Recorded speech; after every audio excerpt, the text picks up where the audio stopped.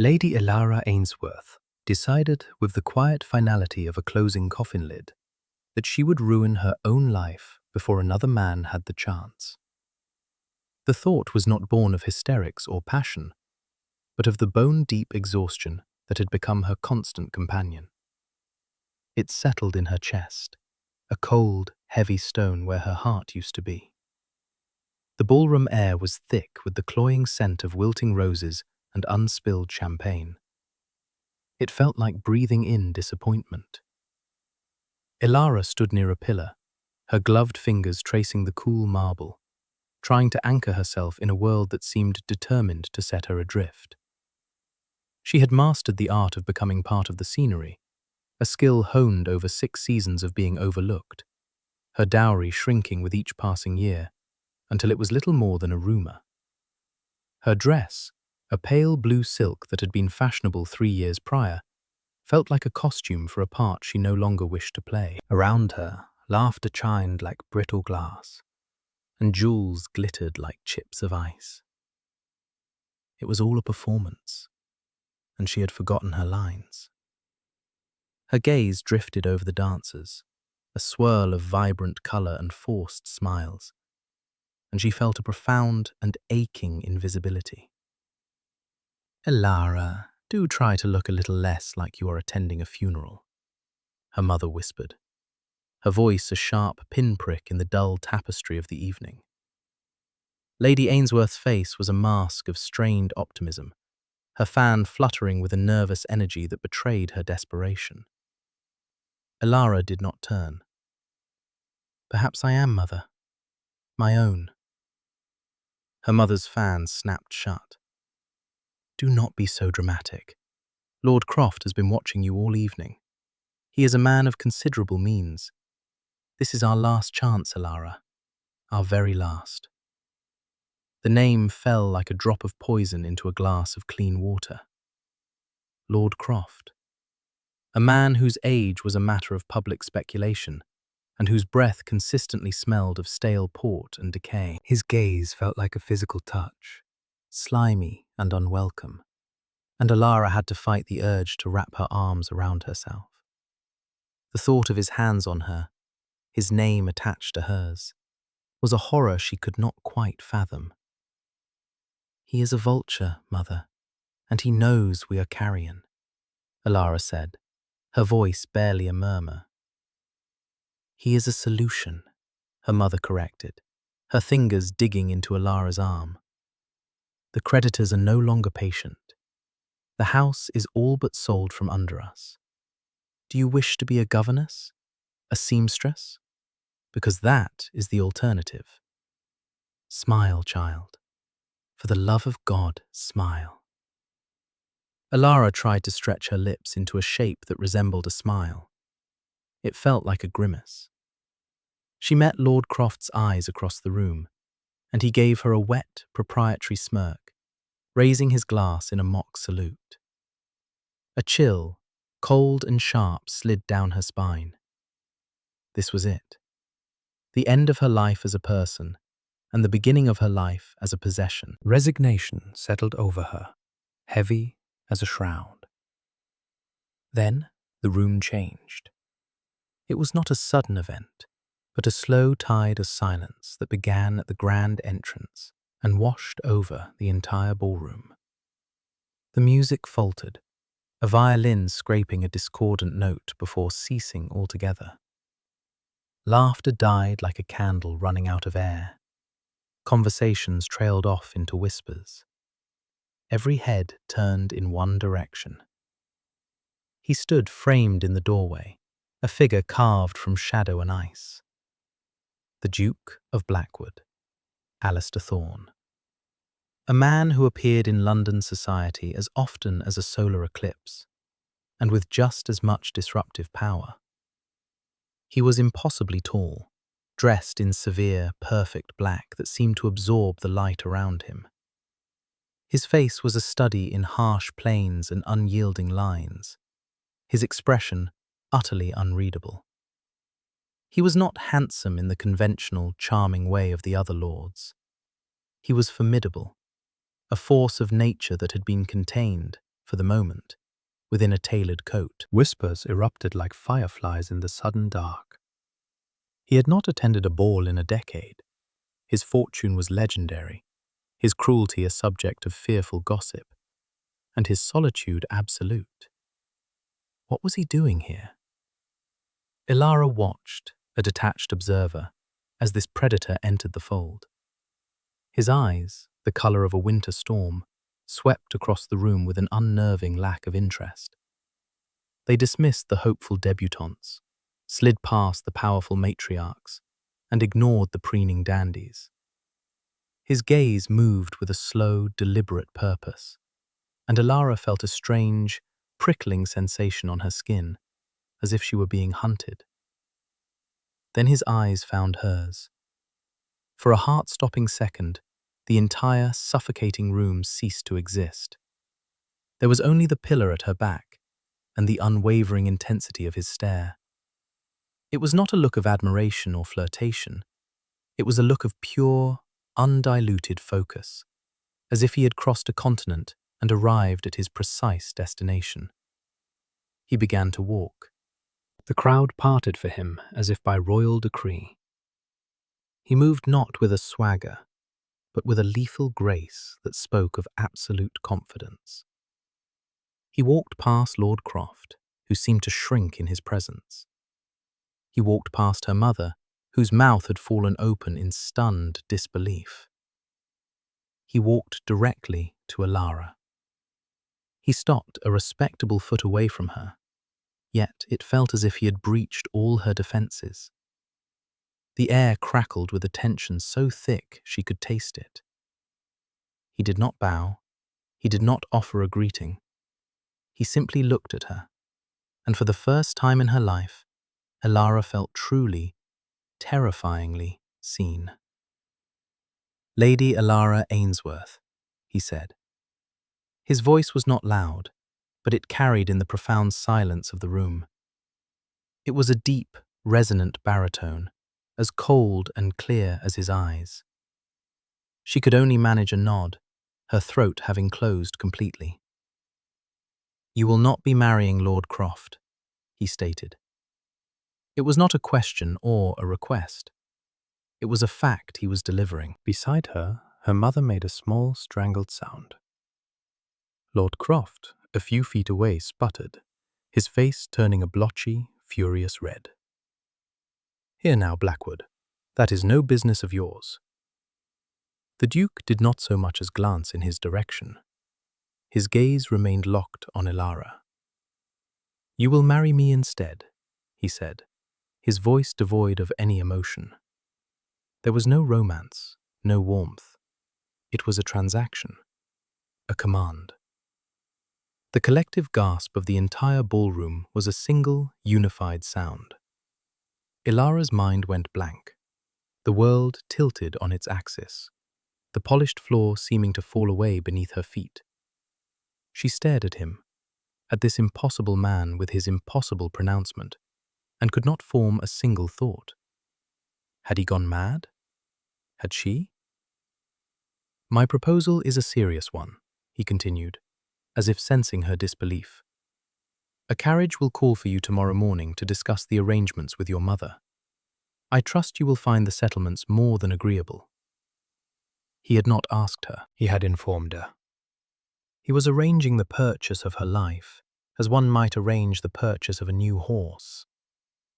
And the most horrifying part was the flicker of relief that shot through her. A desperate, shameful relief that he was not Lord Croft.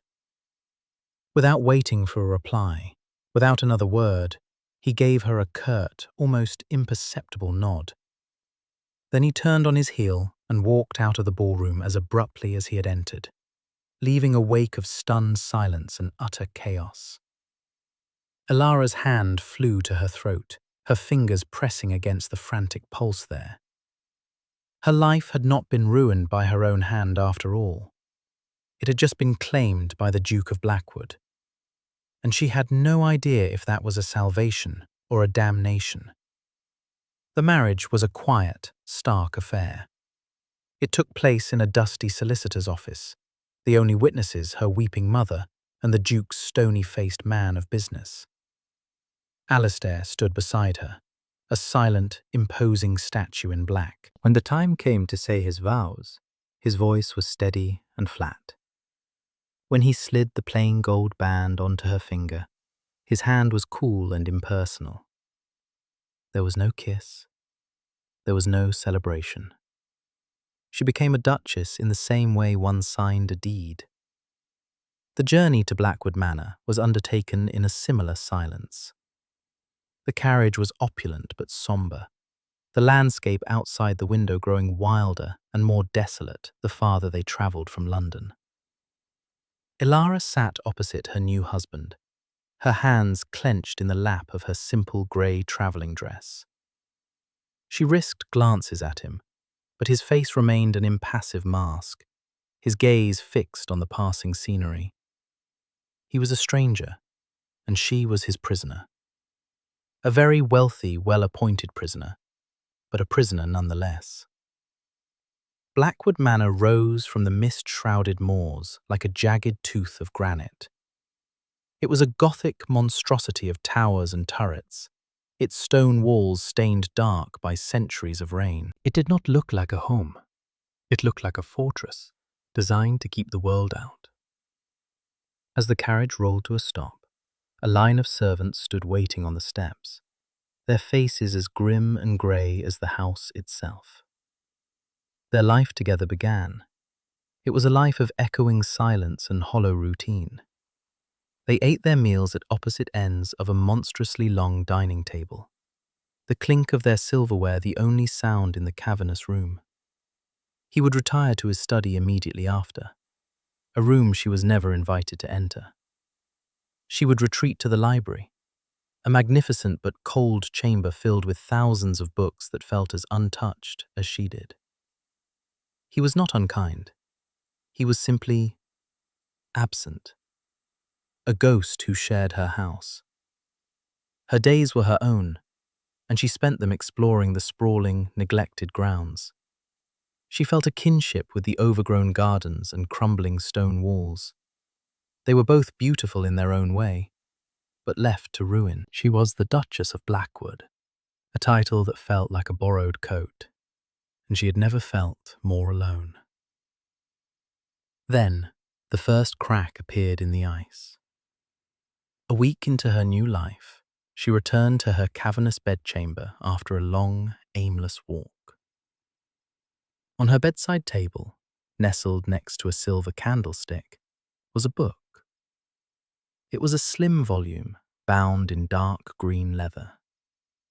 She picked it up, her fingers tracing the gold-embossed title. It was a first edition of Sonnets of the Sea, a collection of obscure poetry by a little-known female author. It was her favourite book in the world, a treasured volume she had been forced to sell along with the rest of her family's library. Her breath caught. How could he possibly have known? She had never spoken of it, not to him, not to anyone in years. She opened the cover. There was no inscription, no note, just the book, sitting there as if it had appeared by magic. It was a silent, anonymous gesture of impossible thoughtfulness. It was the first time she considered that the man she married might be more than the cold shell he presented to the world. A few days later, another crack. At dinner, a servant was clearing the plates when he stumbled, sending a salt cellar clattering to the floor. Ilara flinched, expecting a thunderous reprimand from the head of the table. The Duke was known for his exacting standards. But Alistair did not say a word.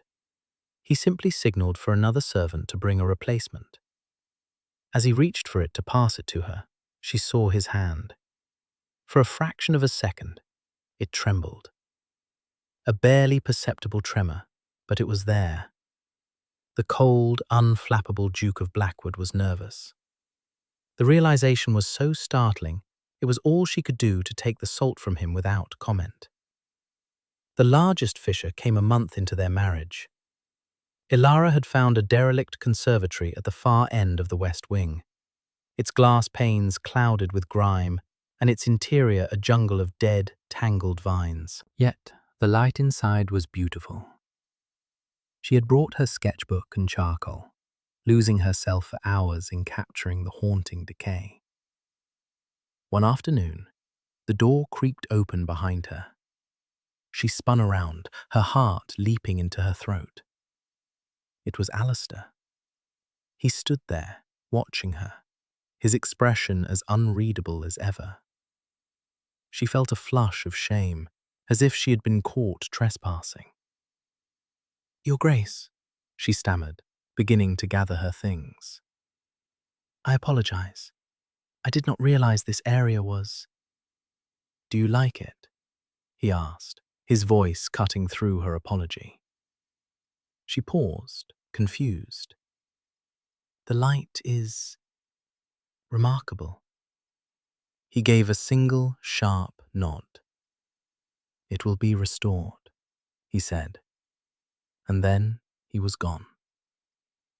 True to his word, a team of workmen arrived the next day. Within a fortnight, the conservatory was transformed. The glass was polished until it sparkled, the ironwork repainted, and the interior filled with vibrant, living plants. Ferns and orchids and her favorite climbing roses. A new easel and a full set of artist supplies stood in the exact spot where he had found her sketching. It was a gift of staggering generosity, delivered, like the book, without a word or explanation.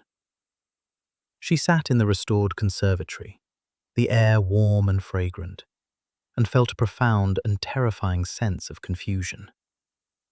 Who was this man? This cold, silent duke who saw her so clearly, who seemed to know the secret corners of her heart without ever speaking to her. He had bought her, yes, but he was also tending to her. Like one of the rare orchids he had planted in her new sanctuary. An invitation arrived. A ball hosted by the Marquis of Ashworth. A mandatory appearance for a new duke and duchess. Elara dreaded it. Returning to that world, the world that had cast her out, now as the wife of the most feared man in England, was a daunting prospect. "We must attend," Alistair said at dinner, his tone leaving no room for argument. She simply nodded, her appetite vanishing. The night of the ball, she stood before the mirror in a gown of deep emerald velvet, a colour Alistair had chosen. The blackwood diamonds glittered at her throat, cold and heavy. They felt like a beautiful cage. When Alistair entered her dressing room to escort her, he stopped short.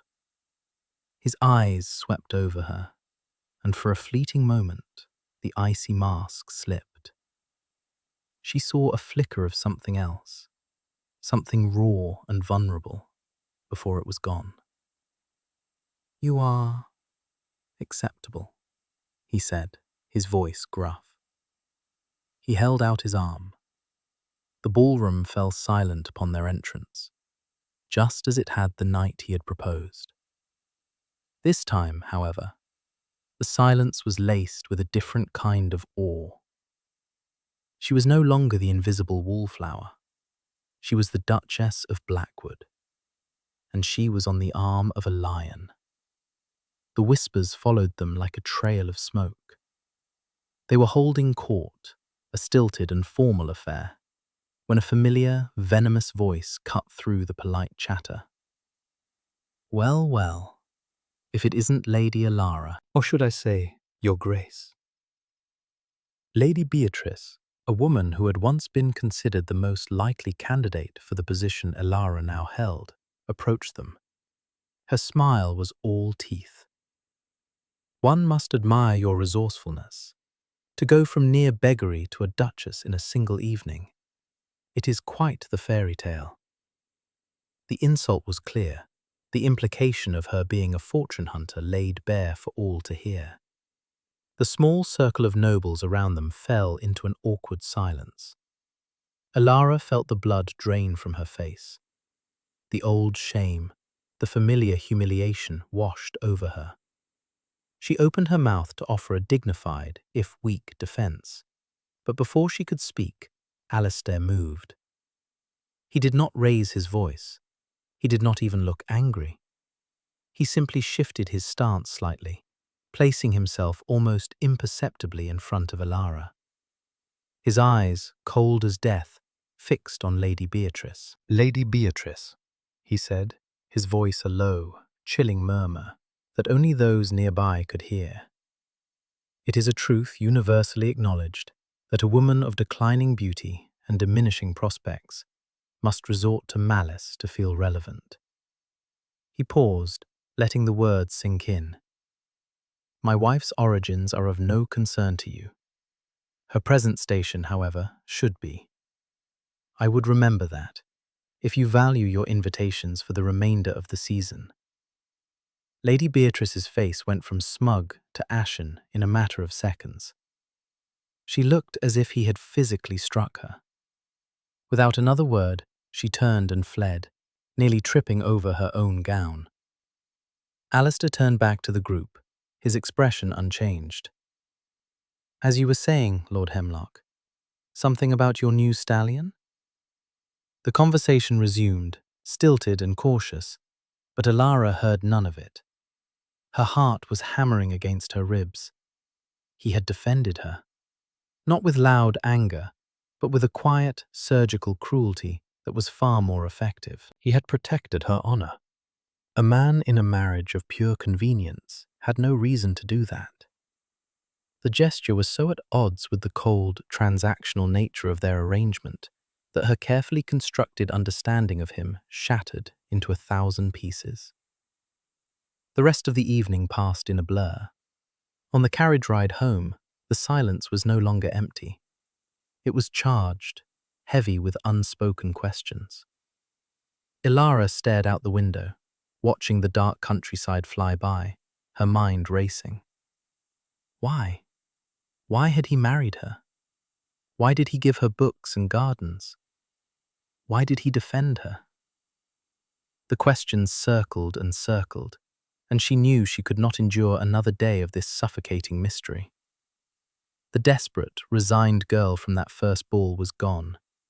In her place was a woman who needed to know the truth. When they arrived back at Blackwood Manor, she did not go to her wing of the house. As Alistair turned toward his study, she found her voice. "Alistair," she said. It was the first time she had used his given name. He stopped, his back to her. He did not turn around. "Yes?" "I would speak with you." He was still for a long moment. "It is late." "It has been late for months," she countered, her voice shaking slightly but firm. "I will come to your study." Without waiting for his permission, she swept past him and walked down the long, dark corridor, toward the one room in the house that was forbidden to her. Her heart pounded with a mixture of fear and resolve. She was no longer a passive object in her own life. She was the Duchess of Blackwood, and she was going to get some answers. The door to his study was heavy oak. She pushed it open without knocking and stepped inside. The room was the heart of the man himself. Dark wood, shelves groaning with books on finance and agriculture, maps lining the walls, and a massive desk that was a fortress of organized paper. A fire crackled in the hearth, casting long, dancing shadows. Alistair followed her in, closing the door behind him. The sound of the latch clicking into place felt unnervingly final. He did not go to his desk, but stood near the fireplace, his broad shoulders tense, his face cloaked in shadow. "Why?" Elara asked, her voice quiet but clear in the still room. "Why did you do that tonight?" "Lady Beatrice was insulting my Duchess. It is my duty to protect the honor of my house," he replied, his voice flat and rehearsed. "Duty?" she echoed, a spark of anger igniting within her. Was it duty that bought me a book of poetry? Was it duty that rebuilt a conservatory? Was it duty that made your hand tremble when you passed me the salt? Do not speak to me of duty. He flinched at her words, a barely perceptible tightening of his jaw. He turned his face away from her, toward the fire. You are observant. I have had nothing to do but observe, she shot back. I live in your house. I wear your name. I eat at your table, and I do not know you at all. I am done with the silence, Alistair. I want the truth. Why did you marry me? The silence that followed was so profound, she could hear the logs shifting in the fire, the frantic beat of her own heart. He stood with his back to her, a rigid, unmoving silhouette against the flames. She thought for a moment he would not answer, that he would simply order her out. When he finally spoke, his voice was rough, choked with an emotion she had never heard from him before. Because I am a coward. The admission hung in the air, so utterly incongruous with the man before her that she could not comprehend it. The Duke of Blackwood. A coward? He turned to face her then, and the look on his face stole the breath from her lungs. The cold mask was gone. In its place was a raw, aching vulnerability that was more shocking than any anger could have been. His eyes, usually so stormy and distant, were filled with a deep, ancient pain. I have loved you for 10 years, Elara, he said, his voice cracking on her name. The world stopped. The fire, the shadows, the very air in the room seemed to freeze. She stared at him, certain she had misheard. I saw you at your debutante ball, he continued, his gaze distant, lost in a memory. You were standing by a pillar, just like the night I proposed. The room was full of noise and empty people, and you were so quiet, so still. You were reading a book of poetry you had smuggled in. You thought no one was watching. He took a hesitant step toward her. I watched you all season. I learned your favorite color was the pale blue of a twilight sky. I learned you preferred walking in the rain over dancing at a ball. I learned you had a wit as sharp as your mind and a kindness you tried to hide. I learned everything I could about you. His confession poured out of him, a torrent of words held back for a decade. But I was what you see, this cold, broken thing.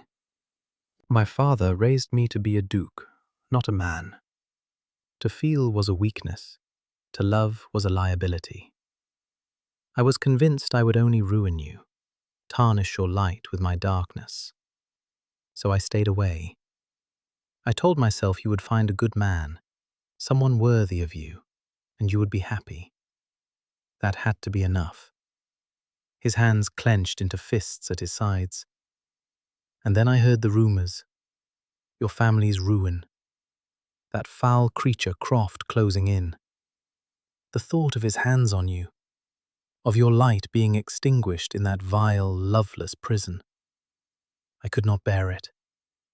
He looked at her, his expression one of pure desperation. My proposal was not a strategy. It was an act of sheer, selfish panic. It was the only way I knew to save you. A clumsy, brutal gesture from a man who has never learned the language of the heart. I brought you here to keep you safe, and in doing so, I trapped you in another cage.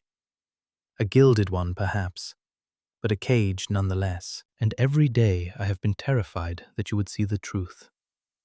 That I am not a cold duke. I am just a man who has loved you from afar for so long that he forgot how to step into the light. He fell silent, his chest heaving, his confession laid bare between them like a vital organ. The formidable Duke of Blackwood was gone. In his place was a lonely, frightened man who had just admitted to a decade of silent, hopeless devotion. Elara stood frozen, the foundations of her world completely upended. Every cold glance, every silent dinner, Every formal gesture was suddenly cast in a new, heartbreaking light. His distance was not disdain, it was fear. His silence was not apathy, it was reverence. The fortress of Blackwood Manor was not meant to keep her in, it was meant to protect her. And the man who built it was its first and most lonely prisoner. Her own heart, which she had thought a dead and useless thing, gave a painful, powerful lurch. It ached. It ached for the 10 years he had spent in silence, for the love he felt he was unworthy to give. It ached with a sudden, overwhelming wave of empathy that was so potent it felt like love itself. She did not speak. Words felt clumsy, inadequate for the enormity of his revelation. Instead, she closed the distance between them. She walked across the Persian rug until she was standing directly before him. He watched her approach, his eyes wide with a mixture of hope and terror, like a man awaiting a verdict. She slowly raised her hand and laid it gently over his heart. She could feel it hammering against his ribs, a frantic, wild rhythm that matched her own. He flinched at her touch, as if he expected to be struck. She looked up into his tormented eyes. She saw the boy who was taught to be a duke, the man who was afraid of his own heart, and the silent admirer who had loved her for a decade. She saw Alistair. Her decision was not a thought. It was an instinct, a truth that rose from the deepest part of her. This was not a cage. This was a beginning. Slowly, she rose onto her toes. She leaned in and pressed her lips against his. It was not a passionate kiss, but one of tenderness. It was hesitant, gentle, a question and an answer all in one. For a moment, he was completely still, frozen in shock. Then, a shudder ran through his entire body. His arms, which had been rigid at his sides, came up to encircle her waist, pulling her flush against him with a desperate, possessive strength. He deepened the kiss, and it was like a dam breaking. A decade of unspoken longing, of silent worship, of desperate fear poured into it. It was a kiss of salvation, of homecoming, of two lonely souls finally finding their harbor. When they finally broke apart, they were both breathless. He rested his forehead against hers, his eyes closed. "Elara," he whispered, and this time, her name was a prayer. 3 years later, Blackwood Manor was unrecognizable. Sunlight streamed through clean windows, illuminating hallways that now echoed with the sound of laughter instead of footsteps. Elara's vibrant paintings of seascapes and wildflowers hung on the walls, breathing life into the ancient stone. The gardens were no longer neglected, but bloomed in a riot of color, tended to by Elara and, to the astonishment of the staff, the Duke himself. Alistair was a changed man. The icy mask was gone forever, replaced by a warmth that radiated from him whenever Elara was near. He smiled. He laughed. He held his wife's hand during their walks, his thumb constantly stroking the back of her palm, a small, grounding gesture of a man who still seemed in disbelief of his own happiness. Their joy was near perfect, shadowed only by a single quiet worry. Their son, Arthur. He was a beautiful child of 2, with his father's stormy eyes and his mother's gentle disposition. He was bright, curious, and deeply loved. But he had never spoken a word. Doctors from London had come and gone, shrugging their shoulders and offering placating words about late bloomers. Elara and Alistair never let their worries show in front of him, showering him with affection and patient encouragement. Yet, in the quiet moments of the night, the fear lingered. A silent child in a house that had finally learned to speak. The irony was not lost on Elara. One crisp autumn afternoon, the family was gathered in the grand library. The room, once so cold and imposing, was now their favorite space. A fire blazed merrily, and the scent of old paper and wood smoke filled the air. Alistair sat in a large armchair, reading a picture book to Arthur, who was nestled comfortably on his lap. Alistair's voice, once so cold and commanding, was now gentle and animated as he described knights and dragons. Elara sat at a nearby table, sketching the scene before her. She smiled, her heart full. She wore a simple locket around her neck, one she had owned for years. It was the very one she had worn to her debutante ball, the night Alistair had first seen her. On a whim, she unclasped it and opened the tiny heart-shaped doors. Inside was a miniature portrait of herself at 18, hopeful and unaware of the silent gaze that was changing the course of her life. From across the room, Arthur's attention was snagged. The glint of the gold locket caught his eye. He looked up from the page of his book, his stormy eyes fixing on the object in his mother's hand. He let out a small, frustrated noise and wriggled down from his father's lap. Alistair paused his reading. "What is it, little man?" But Arthur was already on a mission. He toddled across the thick rug, his small legs surprisingly steady, making a direct line for his mother. Elara watched him approach, a fond smile on her face. He stopped before her, his head tilted back to look up at her. He pointed a chubby, determined finger at the open locket. "This?" she asked softly, holding it down for him to see better. "It's a picture of Mama, a long time ago." Arthur stared intently at the tiny portrait, his brow furrowed in concentration. The room fell quiet, the only sound the crackling of the fire. Alistair watched from his chair, a silent, hopeful statue. Arthur looked up from the locket, his gaze meeting Elara's. His eyes were wide and clear, full of a sudden, startling understanding. He opened his mouth, and in a voice that was perfectly formed, shockingly clear, and utterly confident, he spoke his first word. "Starlight." The single word dropped into the silent room like a stone into a deep, still pond. Elara's breath caught in her throat. Her fingers went numb, the locket suddenly feeling impossibly heavy. From the armchair, there was a soft thud as the book of knights and dragons slipped from Alistair's nerveless fingers and fell to the floor. He was frozen, his face pale, his eyes wide with stunned disbelief. Starlight, the name of a secret, the title of an anonymous poem she had found published in a small, obscure literary journal nearly a decade ago. It was a beautiful, aching piece about a girl at a ball, hidden in the shadows, whose inner light shone brighter than any of the diamonds in the room. A girl who was like a lone, distant star in a crowded sky. Elara had fallen in love with the poem, had clipped it from the journal, and had kept the fragile, yellowed paper tucked away in her private memory box ever since. She had never known who wrote it. She had never spoken of it to a soul. She looked from her son's innocent face to her husband's stricken one. The truth slammed into her with the force of a physical blow. There was only one way Arthur could have known that word. He had learned it from his father. It must have been a name Alistair whispered to his son in the dead of night, a secret, sacred name for the woman he loved.